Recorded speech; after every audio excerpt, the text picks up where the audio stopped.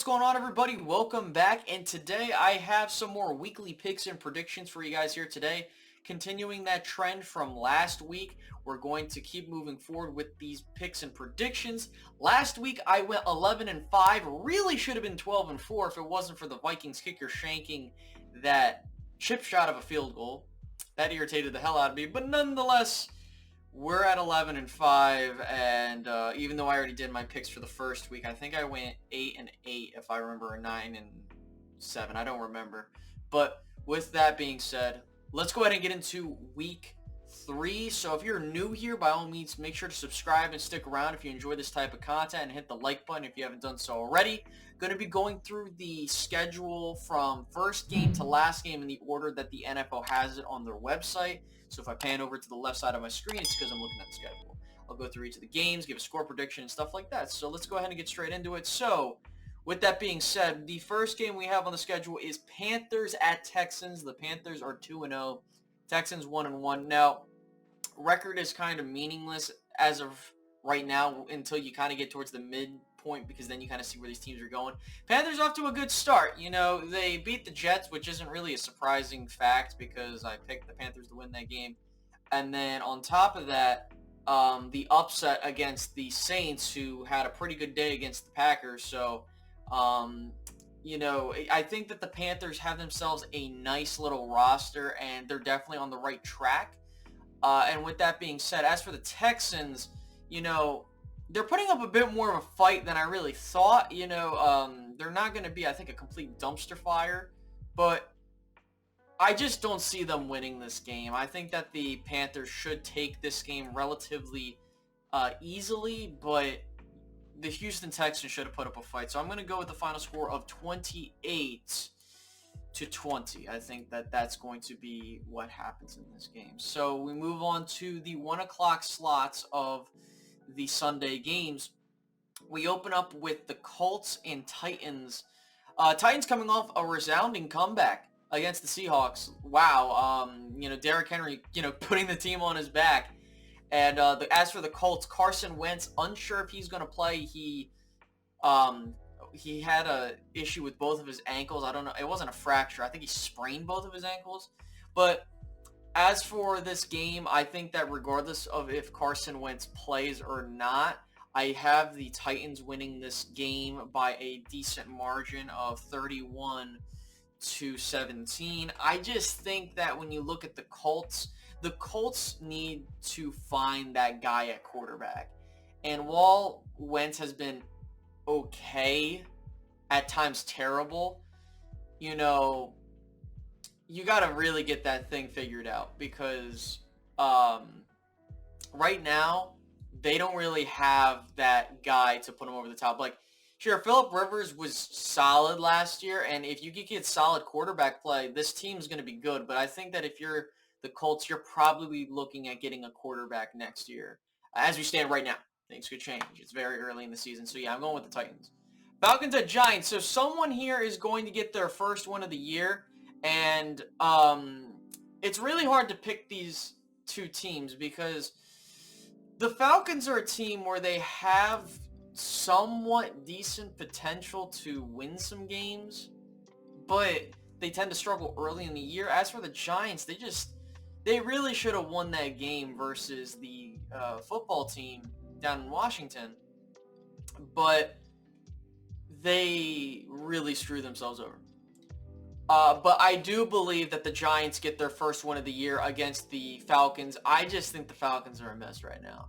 And you don't know what you're going to get. Like, the Falcons put up 6 points, then they put up like 30-something points. Like, they're so inconsistent, and I don't think that I don't see it with this week with the Falcons. So I'm going to go with the final score of 28-24. I just don't see it with the Falcons. But again, this is one of my toss-up games in the early window. So yeah, we move over to the next game, and it's Chargers at Chiefs. The Chiefs and Chargers coming off on you could call it heartbreaking losses, if you want to put it that way. The Chargers are getting really screwed over with some of the penalties, but more importantly, they weren't really able to punch it in the red zone when or the end zone, excuse me, when they needed to. They had plenty of times to do that. I mean, Justin Herbert throws a painful interception, which leads for the Cowboys to get some points. But, I mean, the Chargers had plenty of times to really pull away in that game, and they didn't. As for the Chiefs, they really should have won against the Ravens, and the main reasoning for them losing was because of the fumble from Clyde Edwards-Helaire. I think if he doesn't fumble, they probably win that game. So, as for this, I do believe the Chiefs will bounce back. I think that the Chargers are going to put up a bit of a fight, but right now, I'm pointing towards the Chiefs to get that win. I'm going to go with a final score of 34-28, or 28, excuse me. I put 38 in there. But no, I think the Chargers are a solid team. They just need to fix a couple things, and they'll be fine. And I think that based off the schedule, you really were hoping to get that win versus Dallas, but now you're going into KC, who lost. So, yeah, I'm going to roll with the Chiefs on that one. Next, we have the Steelers and Bengals going at it with one another. The Bengals coming off a loss, I should say. I was going to say resounding victory because I forgot. They tried to come back towards the end, but they really didn't look that impressive at all versus the Bears, and that's not really saying much. As for the Steelers, they're coming off a loss versus the Raiders, which I predicted. It's just a really bad matchup. Now, as for this, I do believe that this is going to be a much closer game than people think. As for the Steelers, I think that they need to open their offense up a bit. I think that Big Ben really needs to do a little bit more. I understand that they got Najee Harris and everything and that defense, but I mean, I don't know if TJ Watt's going to be playing. On top of that, with the Bengals, though, the Bengals, I think, need to start getting more consistent because they really should have started 2-0. I actually picked them to start 2-0, and here they are, 1-1. Now, who wins this game? I'm going to roll with an upset here. I'm going to roll with the Bengals in an upset. I just think that the Bengals are going to catch the Steelers in this game. I usually pick an upset once a week. I'm going to roll with the final score of 21-17 here in Pittsburgh. So, yeah, I got the Bengals winning that game. Next, we move to Ravens at Lions. The Ravens coming off a hell of a victory versus the Chiefs, and you know, it's Lamar's first win against Patrick Mahomes. And then you have the Lions, who they've been playing solid football, but then they're out of the reach of these games. And now I think that coming home, it's just I don't see it for them, man. I'm gonna have to go with the Ravens in this. I'm gonna go with the final score of 35-20. It's just the Lions have some parts there, but they're still not where they need to be, and I think this is going to be another tough year for them. So I'm going to go with the Ravens in Detroit. Saints at Patriots. Patriots coming off a solid win versus the Jets, and not surprising there. I mean, the Jets did look really bad, to say the least. And as for the Saints, they're coming off a disappointing loss to the Panthers. And this really just comes down to how well Jameis plays, I feel. Because if Jameis plays decent or to well, the Saints should be able to take care of business. But I don't think that's going to happen in this game based off of that Patriots defense. So I'm going to roll with the Patriots to win this game by a final score of 24-16. We then move out to Jacksonville to see the Cardinals take on the Jaguars. The Cardinals starting off hot, 2-0. Meanwhile, Jacksonville dealing with those, the struggles of a young team at 0-2. If I saw correctly, Jacksonville, I think, tied the 2007 to 08, or what was it, 2008 to 2009 Lions. It was like for most consecutive losses with 17, I think. So, with that being said, if they lose this game, I'm not sure if that's not the most, but I don't see Jacksonville winning this game at all. I think that the Kyler Murray has been playing so good, and that Arizona team just looks fun to watch. but I'm going to go with a final score of 34-26. I think that maybe Jacksonville can put something up towards the end, but I think that Arizona keeps rolling, man. They've been looking really good. And, I mean, it's a tough NFC West, too. Next, you have Washington at Buffalo.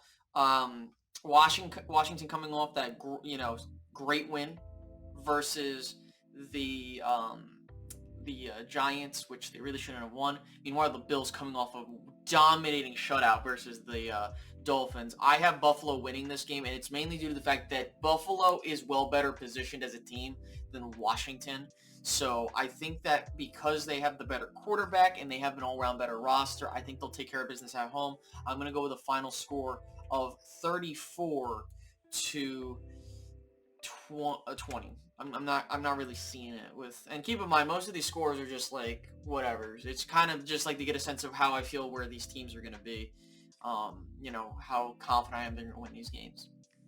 So there's that. Now we move to the 4 o'clock games, and you have the Jets traveling to Denver to take on the Broncos. Now the Broncos tend to start out season strong, and they do it again here. They're 2-0. They have an opponent in the Jets that's 0-2, and they haven't been looking good at all.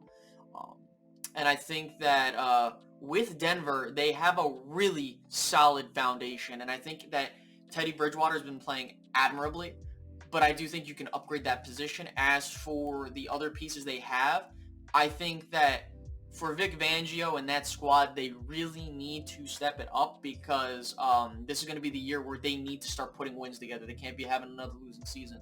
But I think Denver takes care of business versus the Jets. And would I be shocked if Zach Wilson had a decent game? No, but I just think that Denver defense will take care of business. And I think that they win by a final score of 26-13. Next, we move to the Dolphins and Raiders game, and the Dolphins losing Tua Tagovailoa to injury, with I think it was a rib injury. And as for the Raiders off to a great 2-0 start. It hasn't been like a 2-0 start like similar to that of the Cardinals where they're just dominating, or rather, just doing it in electric fashion. It's more so that they kind of took care of business when they needed to, even though they really should be 1-1. But I think for the Dolphins, they're still kind of getting their act together, but I think that the Raiders will do their thing and they'll get the 3-0. As for the Dolphins, can I see them winning this game? Yeah, I definitely can. But with Jacoby Brissett, I think that's not going to do it. But as for the Raiders, I'm not really sold on them as a good team yet, but we'll see how the season progresses. So I'm going to go with a score of 23-10. Now we move to Seattle and Minnesota for the Seahawks to take on the Vikings. The Vikings really should be they had 2 chances to really be 2-0, and they really blew it. Meanwhile, as for Seattle, they're coming off this just embarrassing loss versus Tennessee. They really had that game, and I can't believe they blew that game. Honest to God. But I think that Seattle should rebound in Minnesota. Minnesota's still been they haven't been as consistent. But if there's a game that you need to rebound from to avoid your season being over, it's this game. But as for Seattle, you're in a tough division too. Like, you can't afford to drop to 1-2 and get behind. Does it mean your season's over? No, but I just think that it's important to get that done. So I think it's a shootout here. I think I'm going to go with a score of 35-28. Next, we have the Buccaneers taking on the Rams. If there's going to be an NFC Championship appearance, or rather preview, if there's another matchup, it's going to be this one. I think that you can't bet against Tom Brady until he ends up hanging it up. As for the Rams, they nearly lost versus the Colts, and if it wasn't for a couple mistakes, but they've been looking really good. As for the Buccaneers, they look like they're ready to repeat. I'm going to roll with the Buccaneers in this, and I have no quarrels with that whatsoever. I'm going to go with a score of 31-24. Next, we have the Sunday night game with two teams that met in the NFC Championship game 2 years ago, and that is the Packers and the 49ers. 49ers starting out 2-0, and the Packers 1-1. Both of these teams are kind of in weird situations. San Francisco started off strong. Then they had a game versus Philadelphia where it was just like one of those slow games, but they were able to take care of business. As for Green Bay, starting off really bad and rebounding, good for them. But I think that Green Bay takes this one. I think that the 49ers are too all over the place before me to really say that they are going to do something. But I mean, hey, you know what? It's a long season, but you know they got the pieces. I'm gonna go to score 31-23. We move to Dallas for the Monday Night Football game against two teams that are 1-1. Philadelphia coming off a very disappointing loss to the 49ers, which they should have won. And meanwhile, Dallas coming off their first win of the season with that game-winning field goal, which really was a testament to how well they played. Well, what I mean by that is that all forms of their team, aside from, well, the special teams, your kicker did their, you looked at that and you're like, okay, they did their part, right? Defense looks like Dallas, even without Neville Gallimore, DeMarcus Lawrence, Randy Gregory, which Randy Gregory should be back for this game, Kelvin Joseph, and people like that, they still managed to hold a Chargers offense, which can put up a ton of points based off of what they have, to 17 points. And let's not kid ourselves, oh, well, they only scored 20 versus Washington.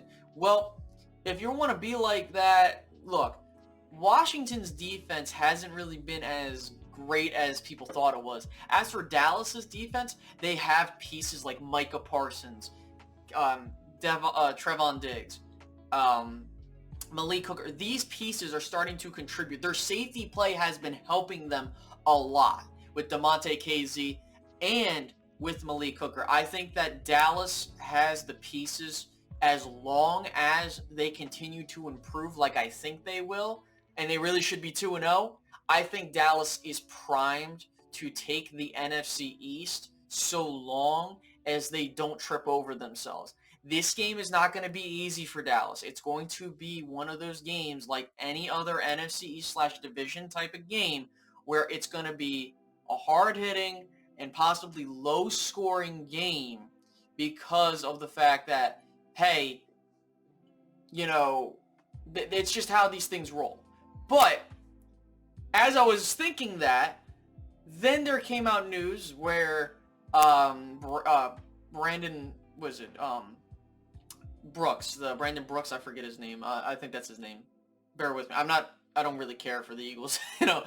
Brandon Brooks and Brandon Graham are out. Brandon Brooks.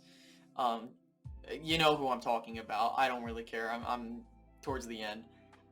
Their starting right guard, who had issues before, I think they were out of 2020. Now they're out again for some time, which is huge for the Dallas defense. And then Brandon Graham, a guy that's been notorious for giving Dallas issues, he's going to be out for this game. In fact, I think out for the year. So for Dallas, when you look at this game, this has all the stars aligning for you to take this game. But fate will probably have this be a slow, game where Dallas eventually wins. But with that, I'm going with the final score of 27-17. I think that Dallas takes care of business at home, and based off of my other results, this would mean that Dallas sits atop the NFC East with a 2-1 record, while the other teams, Washington and Philly lose, and the Giants get their first win on the year. And yes, so that's how I have my first week prediction, or my first set of predictions for week 3. If things change, I'll let you know if I made any changes. I didn't make any changes last week, but overall, yeah, those are my picks for this week. And then later tonight, we're going to be doing the NFC East recap live stream. We'll be talking about all the matchups more in depth, and how I'm feeling about the division and stuff like that. I'm not really going to say things, I'm going to not say things like gospel, like, oh, we're going to win. We still have a long ways to go, but it definitely shows that, hey, there's something going on with how this division's playing out, and we got to wait to see a bit more before we can say for certain. So, yeah, guys, I hope you guys enjoyed this video, and I will catch you guys in the next one. Have a great rest of your day, guys. Bye-bye.